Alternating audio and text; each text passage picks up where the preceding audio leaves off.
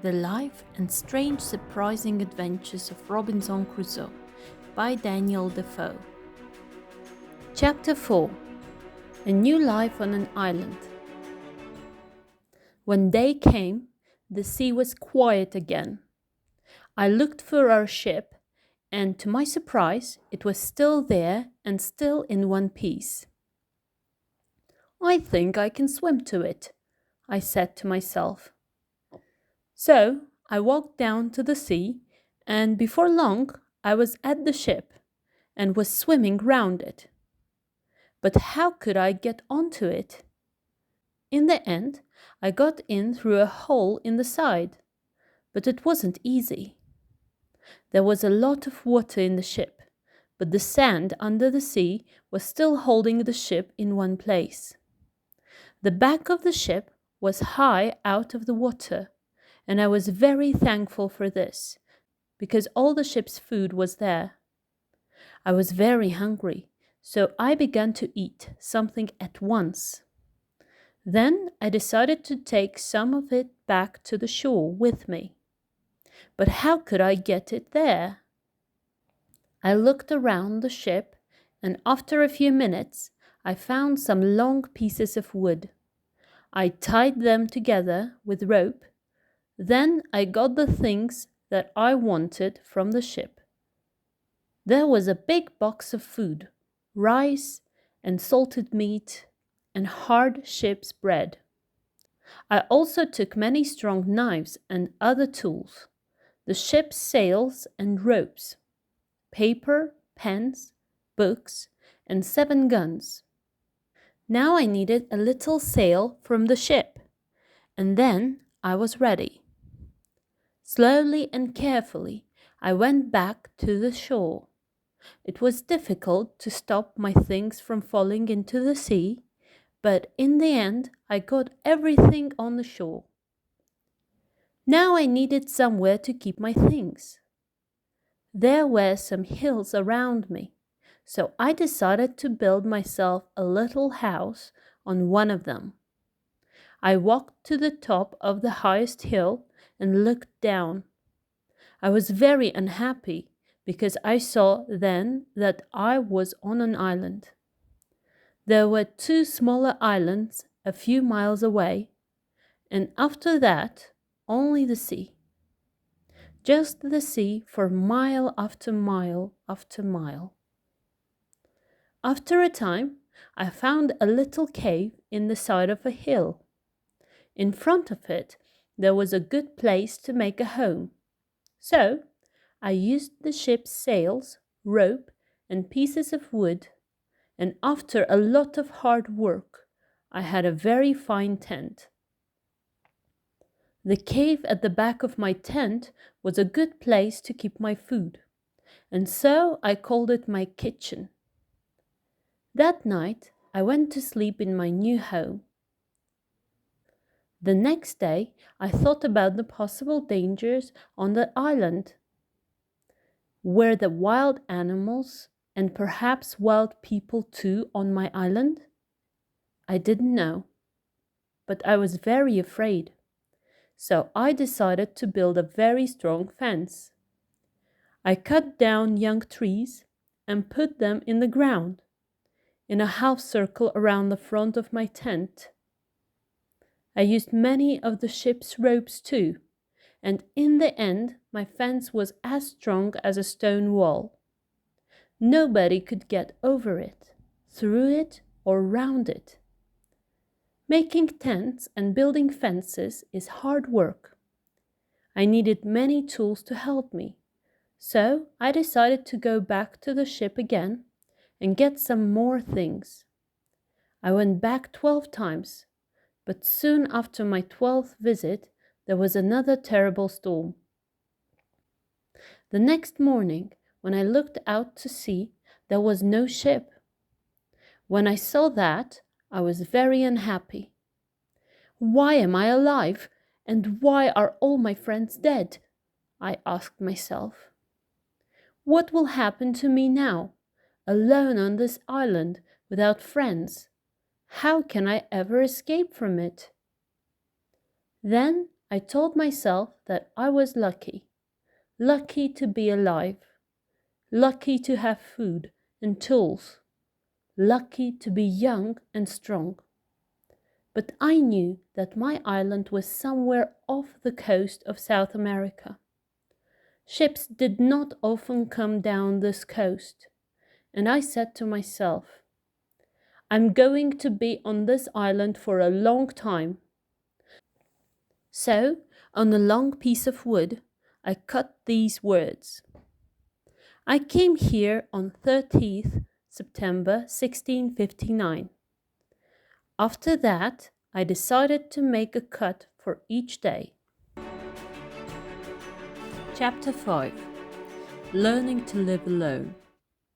I still needed a lot of things. Well, I said, I'm going to have to make them. So, every day I worked. First of all, I wanted to make my cave bigger.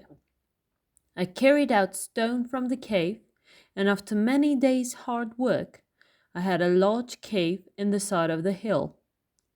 Then I needed a table and a chair, and that was my next job. I had to work on them for a long time. I also wanted to make places to put all my food and all my tools and guns. But every time I wanted a piece of wood, I had to cut down a tree. It was long, slow, difficult work. And during the next months, I learned to be very clever with my tools. There was no hurry. I had all the time in the world. I also went out every day, and I always had my gun with me. Sometimes I killed a wild animal, and then I had meat to eat. But when it got dark, I had to go to bed because I had no light. I couldn't read or write because I couldn't see. For a long time, I didn't know what to do. But in the end, I learned how to use the fat of dead animals to make a light. The weather on my island was usually very hot, and there were often storms and heavy rains. The next June, it rained all the time, and I couldn't go out very often. I was also ill for some weeks, but slowly I got better. When I was stronger, I began to go out again. The first time I killed a wild animal, and the second time I caught a big turtle. I was on the island for 10 months before I visited other parts of it. During those months, I worked hard on my cave and my house and my fence. Now I was ready to find out more about the rest of the island.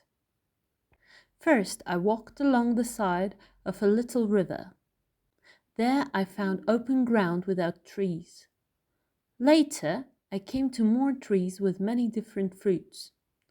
I decided to take a lot of the fruit and to put it to dry in the sun for a time. Then I could keep it for many months. That night, I went to sleep in a tree for the second time, and the next day I went on with my journey. Soon I came to an opening in the hills. In front of me, everything was green, and there were flowers everywhere. There were also a lot of different birds and animals. I saw that my house was on the worst side of the island, but I didn't want to move from there. It was my home now. I stayed away for 3 days, and then I came home, but I often went back to the other greener side of the island. And so my life went on. Every month I learned to do or to make something new. But I had troubles and accidents too. Once there was a terrible storm with very heavy rain. The roof of my cave fell in and nearly killed me. I had to build it up again with many pieces of wood. I had a lot of food now. I cooked it over a fire or dried it in the sun. So I always had meat during the rainy months when I could not go out with a gun. I learned to make pots to keep my food in. but I wanted very much to make a harder, stronger pot, a pot that would not break in a fire. I tried many times, but I could not do it. Then one day I was lucky. I made some new pots and put them in a very hot fire. They changed color, but did not break. I left them there for many hours, and when they were cold again, I found that they were hard and strong. That night I was very happy. I had hot water for the first time on the island. By then I also had my own bread. That was luck too. One day I found a little bag. I used it on the ship to keep the chickens' food in. There was still some of the food in the bag, and I dropped some of it onto the ground. A month later, I saw something bright green there, and after 6 months, I had a very small field of corn. I was very excited. Perhaps now I could make my own bread. It was easy to say, but not so easy to do. It is a lot of work to make bread from corn.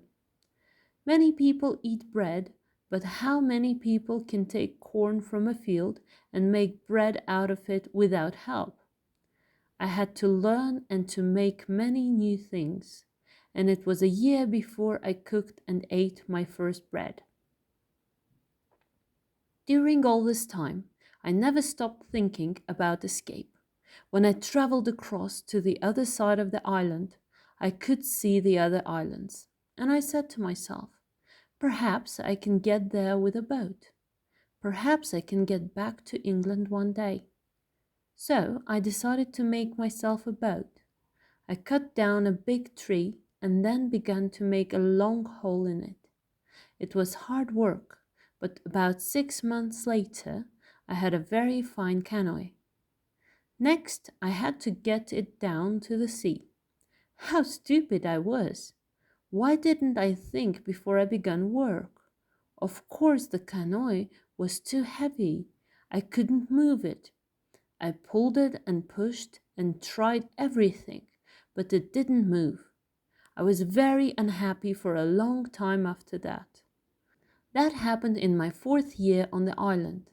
In my 6th year, I did make myself a smaller canoe, but I did not try to escape in it.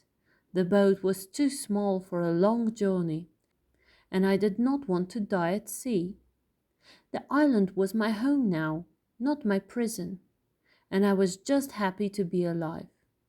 A year or 2 later, I made myself a second canoe on the other side of the island.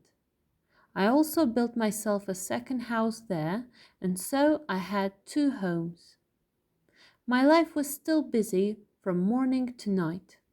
There were always things to do or to make. I learned to make new clothes for myself from the skins of dead animals. They looked very strange, it is true, but they kept me dry in the rain. I kept food and tools at both my houses, and also wild goats. There were many goats on the island, and I made fields with high fences to keep them in. They learned to take food from me, and soon I had goat's milk to drink every day. I also worked hard in my cornfields, and so many years went by. Chapter 6. A Footprint. Then, one year, something strange and terrible happened. I often walked along the shore, and one day I saw something in the sand. I went over to look at it more carefully, and I stopped in sudden surprise.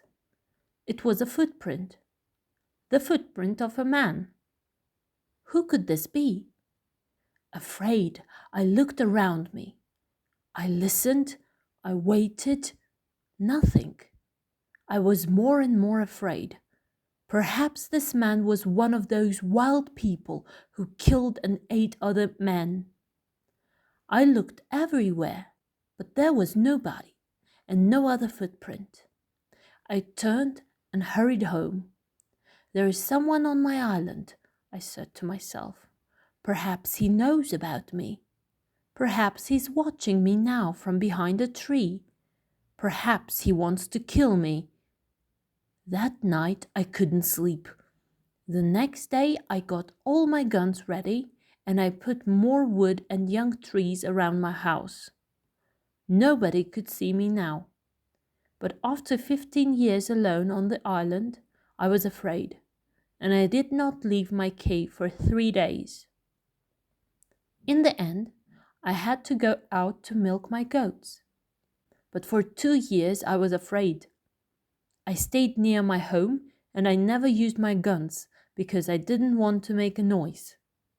I could not forget the footprint, but I saw and heard nothing more, and slowly I began to feel happier.